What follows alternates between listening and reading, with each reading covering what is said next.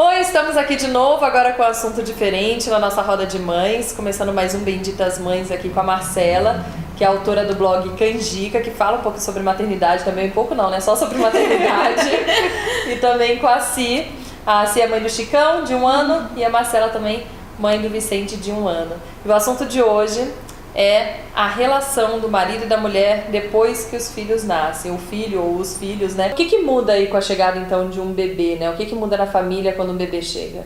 Acho que muda tudo, né? Se não muda, acho que tem alguma coisa errada, na verdade. Tem que mudar, né? Porque do dia pra noite, na teoria a gente tem a gravidez para se preparar para essa mudança, mas eu acho que é o tipo de mudança que não tem como se preparar. Você só sabe que ela vai vir, mas não sabe exatamente como que vai ser o dia a dia com o filho. E aí cada etapa é uma mudança, né? Porque às vezes o homem, ele consegue tirar uns dias do trabalho, ficar com a mulher, mas a gente continua de licença, eles voltam a trabalhar, daí a rotina muda de novo. Então são várias adaptações que vão acontecendo depois que o filho nasce, né? Não tem como saber, porque eu acho que é totalmente novo, né, pros dois, assim. Não dá pra você nem imaginar as mudanças que vão ter. E eu acho que a primeira delas é até prioridade, né? O que antes era prioridade deixou de ser, até assim, aí falando especificamente na relação, né?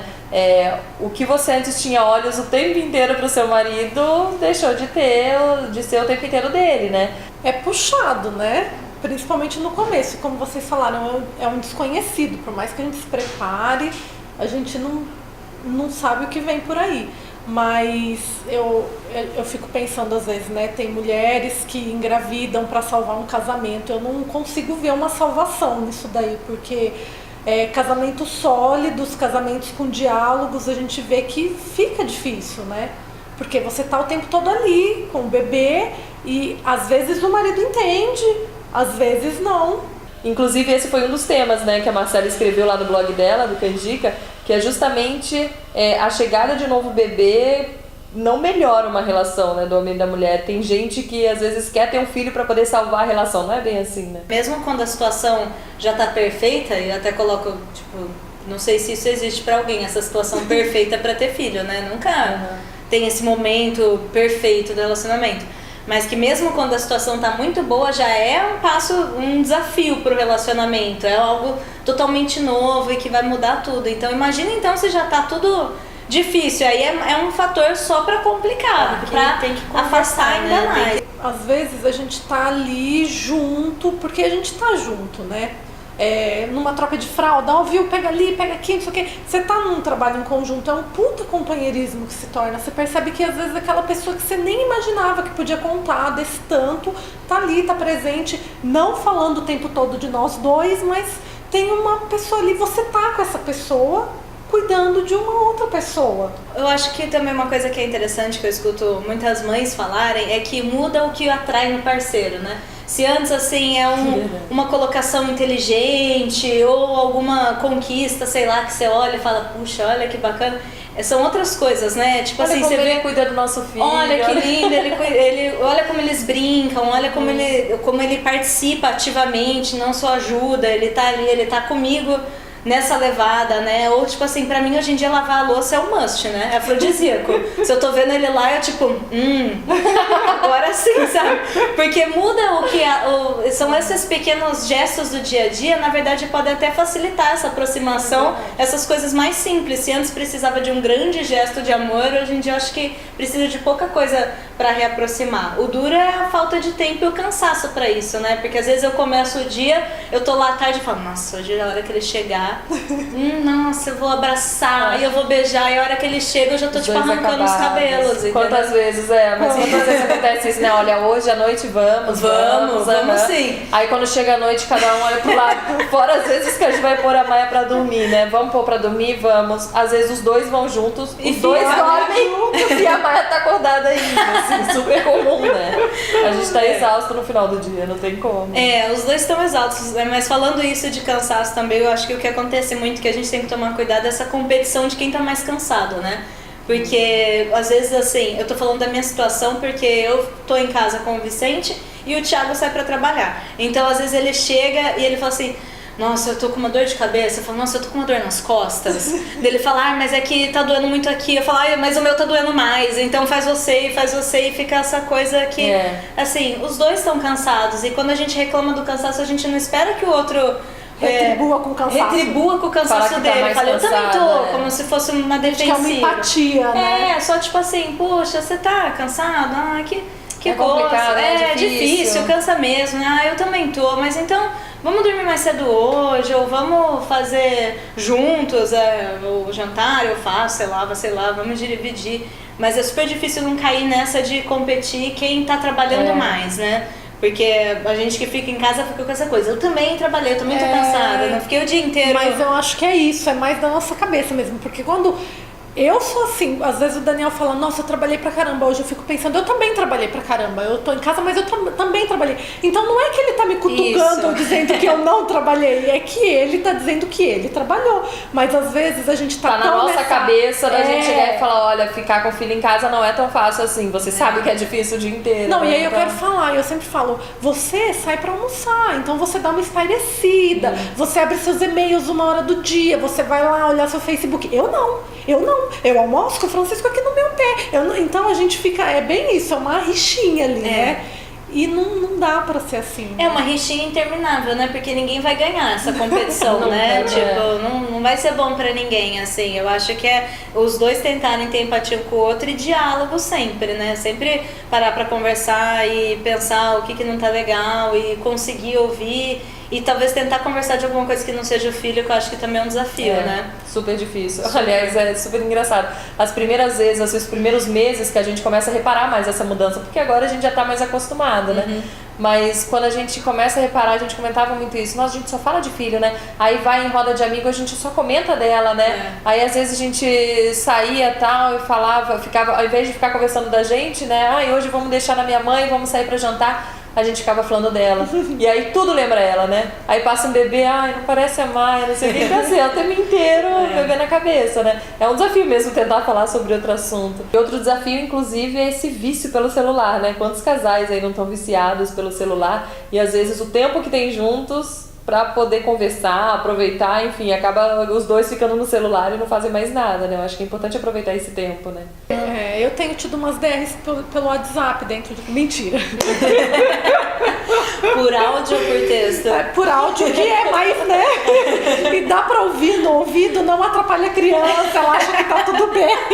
Agora as brigas são só peladas. Brincadeira, não, mas realmente acho que o celular, ele dá uma brochada também, né? Porque eu entendo, às vezes, que o Daniel chega em casa do trabalho e ele quer se atualizar do que ele não viu durante o dia, mas eu quero contar o que eu vivi durante o dia, então vira também tem dias que eu tenho vontade de pegar aquele celular e baixar a louca mesmo, né? Mas como a gente não pode, então a gente conversa amigavelmente, mas é muito difícil. Quantas vezes a gente tá ali na sala, um do lado do outro, Francisco dormindo com o tempo que podia ser nosso, e os dois estão ali, ó. Antes do Vicente nascer, pra mim o relacionamento era uma coisa assim, nossa, muito de carinho, né? Eu sou uma pessoa assim, não que eu seja carente, só um pouquinho, mas tipo, de carinho físico mesmo, né? De ficar junto e abraçar e tal.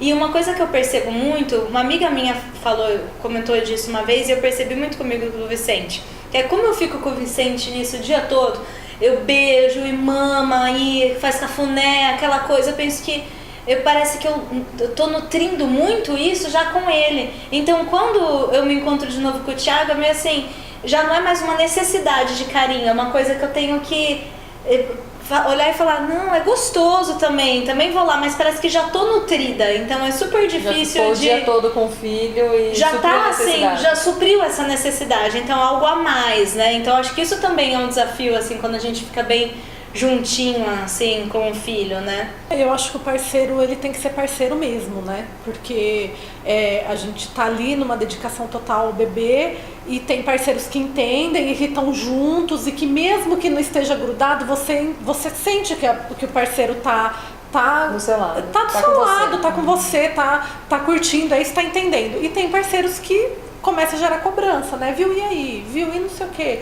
Então, assim, se já é difícil com um parceiro que entende, um parceiro que cobra é muito pior, porque a gente já se sente cobrado o dia todo, né? nós mesmos nos cobramos com os filhos o dia todo. É horário, não sei o que, banho, ai, aconteceu isso, ai meu Deus, ai não. Então, Quer dizer, assim, pelo menos o parceiro tá do seu lado, ao invés de ser mais um tipo, vamos deixar mais leve, né? O parceiro te levar pra leveza e não te pesar mais. Eu acho que é importante. Mas pros dois lados isso, né? Porque pra gente cair nessa armadilha de cobrá-los muito também é fácil, né? Então, tipo assim, eu acho que antigamente, beleza, era a mulher que ficava em casa e esse era só o papel dela e o homem era o provedor e ninguém betava o bedelho no outro. Agora tá tudo misturado, né? E eu acho que a gente tá numa geração que tá em adaptação dessa mistura e tal. E aí o que eu acho que também, assim, eu tô tentando ver um pouco o lado do homem, né? Que eles também chegam e aí entrou na porta de casa, é tipo, pelo amor de Deus, agora você pega, agora você faz o jantar, agora você não sei o que. É tipo, calma, passar tudo pra eles, né? Os dois são humanos, a gente também tá cansado, eles também estão. Então eu acho que a gente também tem que olhar pelo lado deles assim. Eu acho que é só essa parceria dos dois entenderem que os dois estão cumprindo papéis multifuncionais o tempo todo para conseguir dar certo, né? Porque para dar errado... Nossa, é muito fácil, né? Assim, a gente vê, né? Quantas pessoas que a gente conhece à nossa volta passam por momentos super difíceis depois da chegada do filho, porque cada filho eu acho que é uma renovação na família, né? Que pode ser negativa ou positiva, mas a gente tem que olhar para si, olhar para o outro e conseguir dialogar. O filho acho que traz até isso, né? Essa necessidade de você trabalhar mais a empatia, você conseguir olhar mais pro seu parceiro, mais do que você olhava antes, até para entender esse cansaço, entender todas essas coisas que só assim eu acho que um entendendo o outro, cedendo um pouco, né, pra conseguir dar certo. Isso, né? A gente tá falando de casais assim que tem as mesmas crenças, digamos, né? Mas assim, ideais, acham que tem que criar do mesmo jeito, acreditam em cada um pensar de um jeito diferente. Aí se cada um pensar, aí é super difícil, porque cada decisão que você vai ter que tomar do filho é como se fosse uma assembleia, né? Porque cada um põe seus pontos e tal. Então, acho que isso também é interessante até de ser conversado antes de engravidar, né? Tipo, o que você pensa sobre criação? O que você pensa sobre cada coisa? É super difícil, né? Escola, alimentação. Isso. Mas eu acho que é isso, meninas. Adorei o assunto. Obrigada. Polêmico. Muito obrigada de novo aí a participação de vocês. E obrigada também você que acompanha a gente mais uma vez. Se quiser assistir aos outros vídeos, estão todos lá no YouTube. Também tem o nosso site. E agora você fica com o quadro Lariquinha, que sempre traz aí uma receita gostosa, saudável, para você fazer algum lanchinho, almoço, alguma coisa aí pro seu filho pequeno. Então a gente se vê no próximo programa com assunto novo, diferente. Até lá!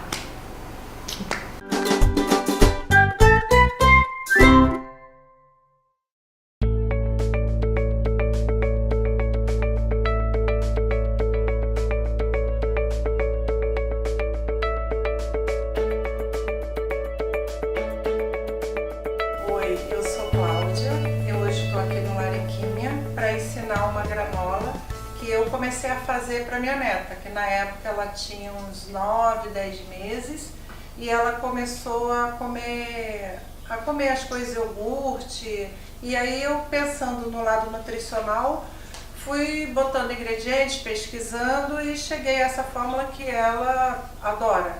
Então você pode botar mais ingredientes, tirar alguns, pode usar na vitamina, na fruta, no iogurte caseiro ou qualquer outro iogurte, que fica bem nutritivo para o lanche, para o café da manhã.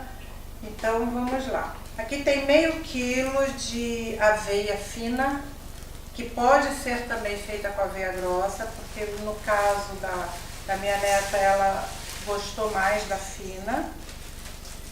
Tem 50 gramas, eu vou falar em xícaras, tá? Meia xícara de amaranto. Amaranto, ele é rico em proteína, que é muito nutritivo, é uma semente peruana. Meia xícara de farinha de aveia, meia xícara de germe de trigo, que também é excelente antioxidante, rico em ômega 3. Isso aqui é leite de soja, todos são meia xícara. Milharina, semente de gergelim, essa daqui eu boto a crua, ela tem a escura, mas eu prefiro essa. Essa aqui eu já boto 1/3, não precisa ser meia xícara não. A linhaça dourada, que também pode ser a escura, Mas a linhaça ela é mais rica em propriedades, eu acho melhor. E uma xícara não muito cheia do coco ralado, eu já compro ele pronto, mas o desidratado sem açúcar. Pronto, aqui são as farinhas, é só misturar tudo muito bem. Pode botar açúcar mascavo, é uma opção, açúcar demerara ou mel, mas eu nessa daqui eu vou fazer sem nada, sem o açúcar, sem o mel. Conforme eu uso, aí eu coloco na hora, né? Se for uma vitamina, eu já boto mel, se for o iogurte também. E só um fio de óleo. Esse também é uma coisa opcional. Tem gente que gosta de usar, tem gente que não gosta, ele dá uma certa liga. O açúcar mascavo, quando você faz com ele, a granola fica mais gostosa. O açúcar ele derrete um pouco e dá uma liga melhor, fica super cheiroso. Mas como a gente tem uma restrição de açúcar até 2 anos, então para ela eu geralmente faço assim.